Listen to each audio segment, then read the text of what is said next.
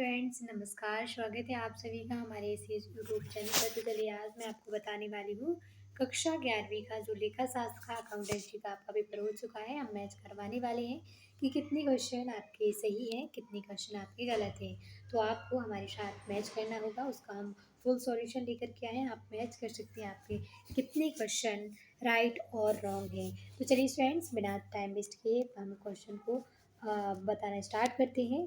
जो विद्यार्थी हमारे चैनल पर नए हो, चैनल को सब्सक्राइब, वीडियो को लाइक अवश्य कर लें। तो पहला, जैसा कि आपके सामने आया था, सही विकल्प चुन कर लिखना था। 6 नंबर के थे। प्रत्येक क्वेश्चन आपके लिए 1 नंबर का था। पहला आपका क्वेश्चन था, सीधी रेखा विधि से हाश की गणना की जाती है। तो इसका सही आंसर है सी, प्रारंभिक लागत पर। प्रारंभिक लागत इज द राइट और करेक्ट है। इसके बाद हम बात करेंगे सेकंड क्वेश्चन की। तो सेकंड क्वेश्चन आपके सामने है, वह व्यक्ति जो व्यापार में पूंजी लगाता है उसे कहते हैं। तो ये हमने आपको सुबह ही बताया था। इसका सही और करेक्ट उत्तर है जो पूंजी लगाता है उसे क्या कहते हैं हम, विनियोगकर्ता। विनियोगकर्ता इज द राइट और करेक्ट आंसर। ठीक है, अब हम बात करते हैं थर्ड क्वेश्चन की। तो स्वामी का खाता का जो सही और करेक्ट आंसर है डी, नाम मात्र का खाता होता है। ठीक है, फिर बात करते हैं फोर्थ क्वेश्चन की। खुदरा रोकड़ वही का शेष होता है। तो इसका जो सही और करेक्ट आंसर है वी, व्यय जो है ये शेष होता है। अब हम बात करेंगे फिफ्थ क्वेश्चन की। तो मूलहास का संबंध है। तो मूलहास का जो संबंध है, इसका सही और करेक्ट आंसर आप यहाँ देख सकते हैं। फिफ्थ का सही आंसर है बी, ए बिल्कुल सही है। चालू संपत्ति से मूलहास का संबंध होता है। अंतिम क्वेश्चन है, प्रत्येक समायोजन का लेखा होना चाहिए। तो सही है। 2 स्थानों पर ये भी हमने आपको अच्छे से सॉल्व करवाया था। तो जिन विद्यार्थियों ने हमारी इस वीडियो देखी होगी पिछली बार की, क्वेश्चन पेपर के लेकर के आए थे, तो उनसे ये क्वेश्चन बन गए होंगे।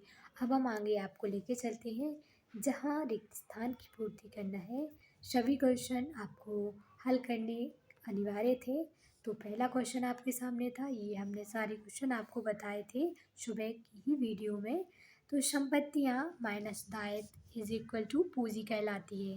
पूंजी आपका सही और करेक्ट आंसर है। फिर बात करते हैं, यदि अंतिम रहतिया तलपट में दिखाया जाता है तो इसे केवल खाली स्थान में लिखा जाएगा। तो इसे अंतिम रहतिया, जो अंतिम बा है उसमें लिखा जाता है। ठीक है, फिर इसके बाद बात करते हैं, अंतिम रहतिया में ही उसे लिखा जाता है।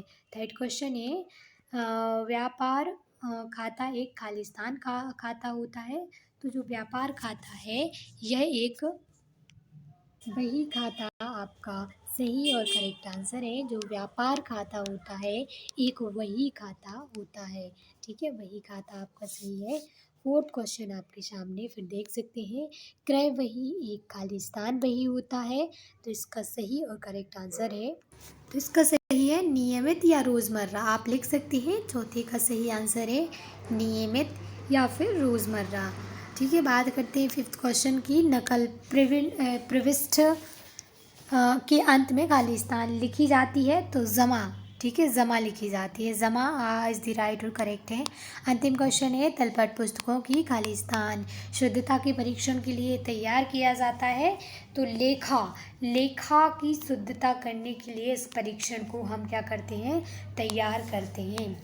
अब हम आपको लेके चलते हैं, सही जोड़ी मैच करनी है। कॉलम ए से कॉलम में बी को मैच करना है। तो आप यहाँ देख सकते हैं, फटाफट हम सही जोड़ी को मैच करते हैं जो आपके लिए 7 नंबर की थी। प्रत्येक क्वेश्चन आपके लिए 1 नंबर का था। तो पहले की जो सही जोड़ी है, संपत्ति का लागत मूल्य लेखांकन। तो इसकी जो सही और करेक्ट जोड़ी है, तीसरे सही और करेक्ट जोड़ी है। आप यहाँ तीसरा मैच कर सकते हैं। ठीक है, थर्ड संपत्ति हानि और व्यय जो है सही है।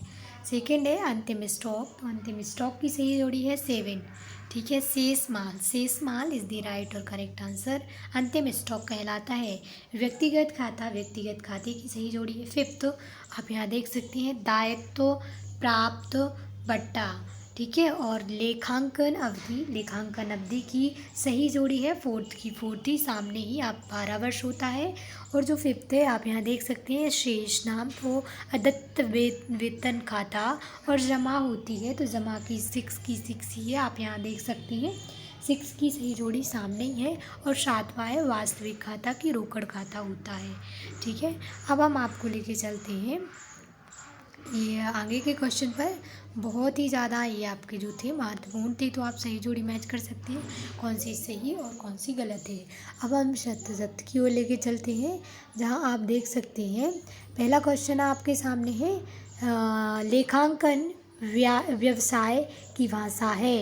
इसका जो सही और ये आपका बिल्कुल सही और करेक्ट है, आप इसको सही कर सकते हैं। सेकंड है आपके सामने अनुपार्जित आय व्यापार का दायित्व है, तो ये आपका सत्य नहीं है। लेखांकन प्रमाप जो है आपका बहुत मौखिक विवरण है, तो ये भी आपका असत्य है।